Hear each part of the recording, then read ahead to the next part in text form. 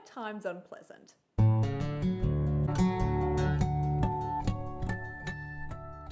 Welcome back to my channel. My name is Tara East. I'm a writer, blogger, YouTuber, and the author of the mystery novel Every Time He Dies. And in this week's video, I want to talk about how writers need to balance being an introvert and an extrovert. Writers commonly struggle to strike a balance between being an active participant in the world while also maintaining and protecting their inner life. Both ways of being are vital to the creative process, and they influence one another, but they're also in opposition. An interest in the external world provides the material and inspiration needed to write.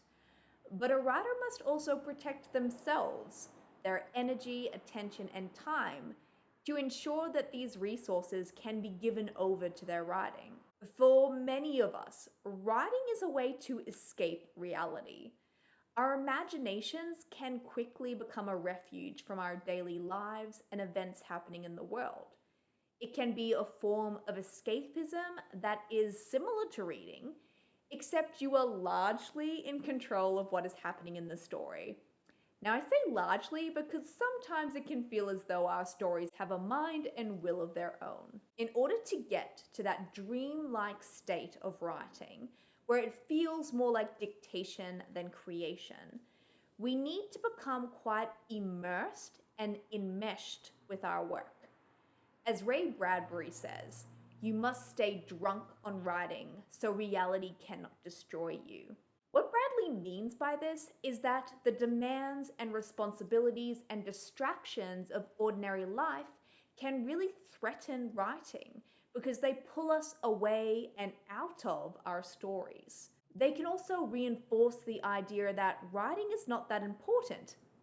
Doing the dishes, replying to email, and reading news headlines, that's what really matters in life. Of course, not everyone agrees with this opinion. Stephen King argues that the threat of ordinary life and interruptions and distractions don't really hurt the work that much. In fact, they could even help our work in some ways. Rather than entirely shutting yourself off from the world by going to writing workshops, retreats, or residencies, where the pressure to produce is overridden by your desire to write, King believes that writing while living your ordinary life may be just as good, perhaps even better. He says, "It is, after all, the dab of grit that seeps into an oyster's shell that makes the pearl, not pearl-making seminars with other oysters." And yet, King also admits that, to a degree, a writer must be able to separate themselves from their work if they are to engage with that work on a deeper level. Writing is a way to escape the world, and the more you protect yourself from that external voice, the more you're forced back into your own imagination. Writers are generally thought of as being introverts, and the isolation typically associated with the craft is often considered necessary, though at times unpleasant.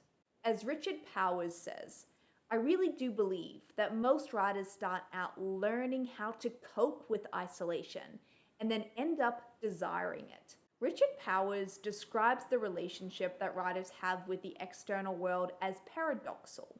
A writer must remove themselves from the world in order to have control over the ways that they depict it. Being a writer means constantly engaging with the anxious battle between the inside and the outside. The struggle to solve being in the world sufficiently to feel what's really going on, and being out of the world sufficiently to be able to protect yourself from what's really going on. Regardless of the genre that a writer may be working within, they must be aware of current events and global conversations in order to represent, reflect, or otherwise accurately engage with these topics and issues, whether indirectly or not. A writer needs to be in the world to represent it. If they shut themselves off too much, then they risk their work appearing irrelevant or impotent. And then there's the whole issue of inspiration. When I'm lacking inspiration personally, I turn outwards. That can look like going on a trip, travel is a great form of inspiration. It can also mean reading the works of other writers or looking at news and current events.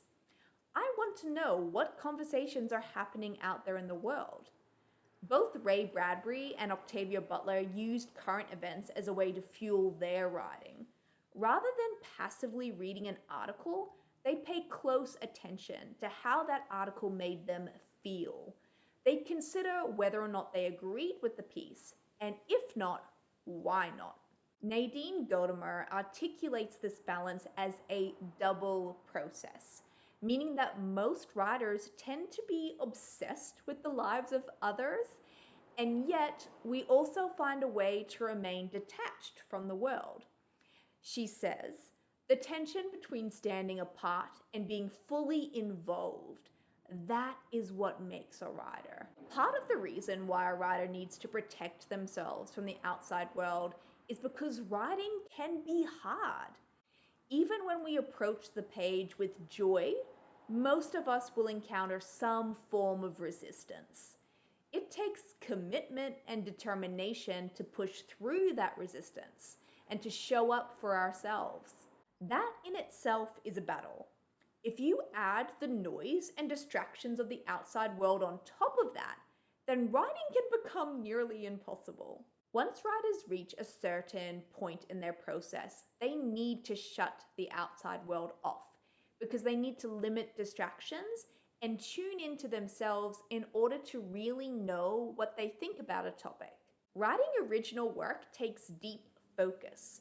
This is a skill that can be strengthened and developed, but it is also easily derailed. The Australian author Patrick White once dramatically described the act of writing as the words being dragged out by tongs, a bloody mess in the small hours.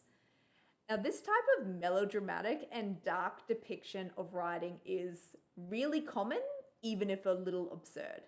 And yet so many writers relate to this type of dark imagery. Even the writer Charlotte Wood has said, "At times my writing process has been so full of darkness that descriptions like these are the only ones that come close to the truth." So much of writing is problem solving, as I've said numerous times on this channel. And when you are creating something that doesn't exist and trying to find solutions to problems that have never occurred before, you need a lot of space and time to come up with solutions. And in order to do that, the writer has to step back from the world and into themselves. They have to find a way to stay drunk on writing. Now, I'd love to hear from you. Do you struggle with this balance between being a participant in the world and also really withdrawn into yourself? I'd love to know, so please leave a comment below. Now, if you'd like even more writing advice, you can of course check out the other videos on this channel, or you can go to taraeast.com and dive into the archives. While you're there, please consider joining my email newsletter, because when you do, I'll send you a free gift and you'll receive an email in your inbox every single Thursday morning, including links to that week's blog and video, a note by me, a quote of the week, some resources I've recently discovered and think you will too, as well as some tidbits that I only share via email. Thank you so much for being here again this week, guys. I really appreciate it.